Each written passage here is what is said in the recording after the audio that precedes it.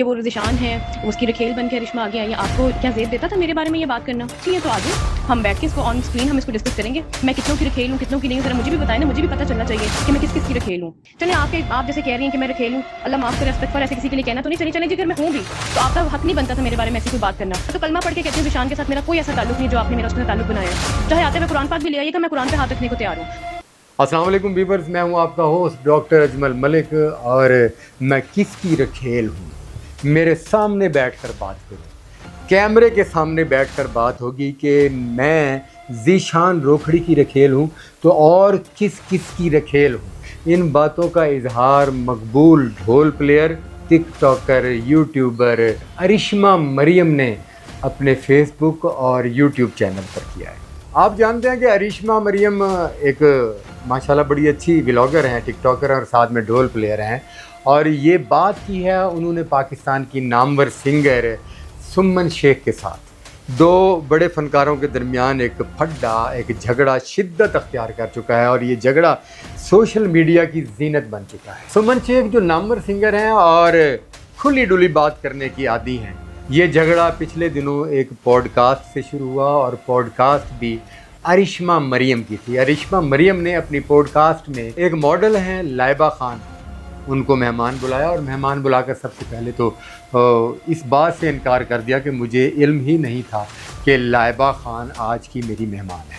اور اس کے ساتھ تھوڑا سا اس طرح کا بیہیو ہوا کہ پھر لائبہ خان نے ارشما مریم کے حوالے سے بہت سارے راز کھول دیے. لائبہ خان نے دوران پروگرام ہی, ریکارڈنگ کے دوران ہی بتایا کہ اگر مجھے آپ برا کہتی ہیں, اگر آپ کہتی ہیں کہ میں جگہ جگہ پر کپڑے اتار دیتی ہوں اور میں ولگیرٹی اور فحاشی کے حوالے سے مقبول ہوں, تو آپ کے بارے میں بھی لوگ بڑی غلط رائے رکھتے ہیں.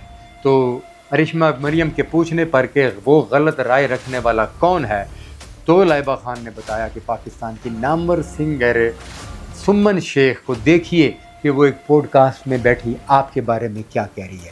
جب اس پوڈ کاسٹ کو نکالا گیا تو اس پوڈ کاسٹ میں سمن شیخ بتا رہی ہیں پاکستان کے folk singer, Saraiki singer Zeeshan Rokhri کے حوالے سے اس پوڈ کاسٹ میں سمن شیخ بتا رہی ہیں کہ آپ اس کی رکھیل ہیں. اس بات پر ارشما مریم بھڑک اٹھی, اور انٹرویو کے بعد انہوں نے رابطہ کر لیا واٹس ایپ پر سمن شیخ کے ساتھ, اور سمن شیخ اور ارشما مریم کے درمیان واٹس ایپ پر جو بھی باتیں ہوئیں, جو بھی ان کی ڈسکس ہوئی, واٹس ایپ کے ان وائس میسیجز کو ارشما مریم منظر عام پر لے آئیں, سوشل میڈیا پر لے آئیں, اور ارشما مریم نے انتہائی برہمی کا اظہار کیا. ارشما مریم نے واٹس ایپ نوٹ میں سمن شیخ سے پوچھا کہ آپ نے میرے بارے میں یہ الفاظ استعمال کیے, میں ذیشان روکھڑی کی رکھیل ہوں, آپ یہ کیسے کہہ سکتی ہیں؟ آپ یہاں میرے پاس پروگرام میں آئیں اور بیٹھ کر جواب دیں.